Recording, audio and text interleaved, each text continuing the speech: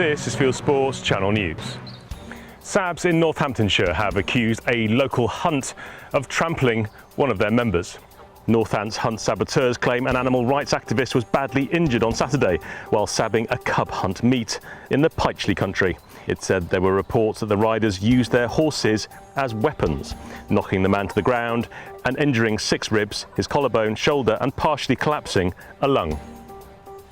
A web service has shut down innocentbadger.com. Stop the Cull says the International Domain Name Registrar disabled the domain name, forcing the group to change to a registrar in Iceland, where the rules are different. The terms of service violation relates to its publishing 3.5 years ago the addresses and phone numbers of Conservative Party politicians who support badger culls.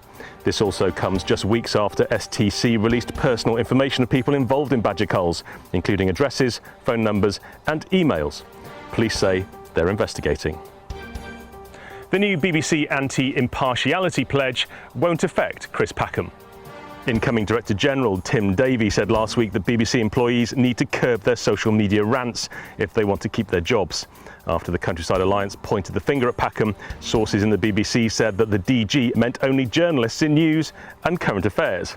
Packham is also a freelancer, so may be exempt. If the BBC follows through with its new policy, Gary Doolan from Basque says Packham's stepdaughter, Megan McCubbin, could be affected. Even as we speak, she has a bio on Twitter that says she's a BBC presenter on Springwatch, but she's also an ambassador for the League Against Cruel Sports, which we obviously claim is an extremist organisation with extreme anti-shooting views. So that's a dilemma also. Some of Scotland's most endangered birds are thriving in the Cairngorms.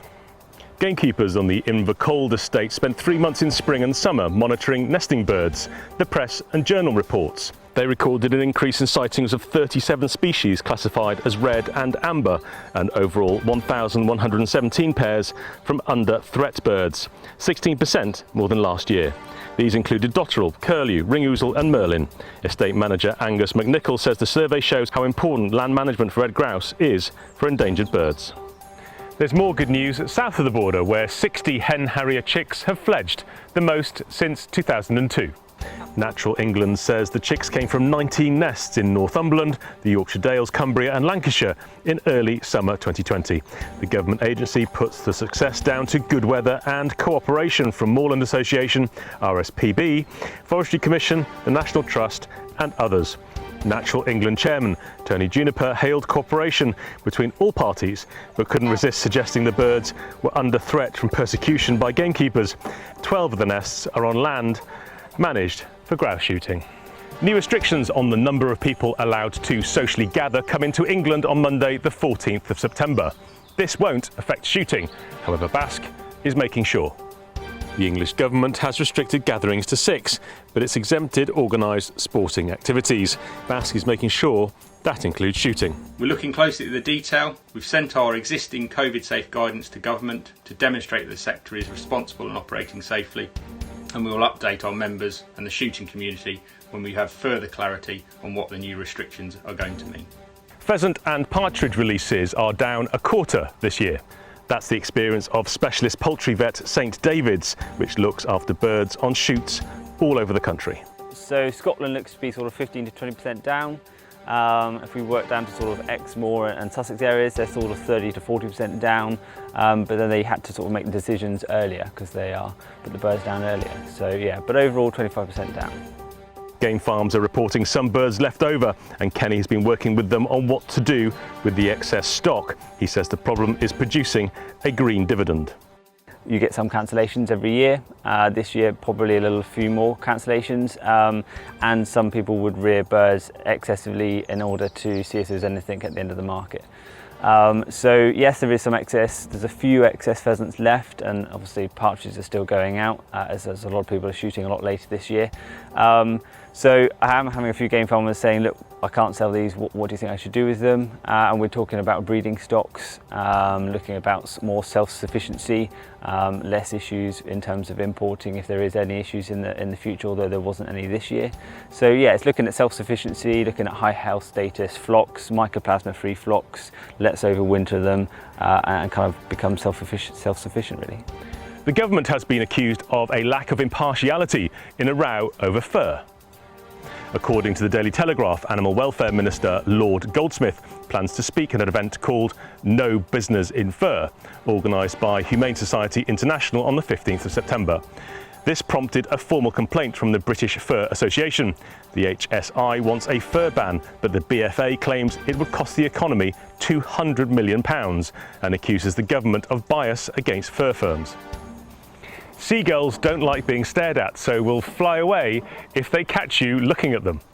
That's according to researchers at the University of Exeter. They claim they could get up to 2 metres closer to the gulls when they were looking somewhere else. The study also found urban gulls are bolder than rural gulls, some of them even walking away instead of flying. Rural gulls are 3 times more likely to fly away than walk. Researchers conducted the study in Cornwall with 155 gulls.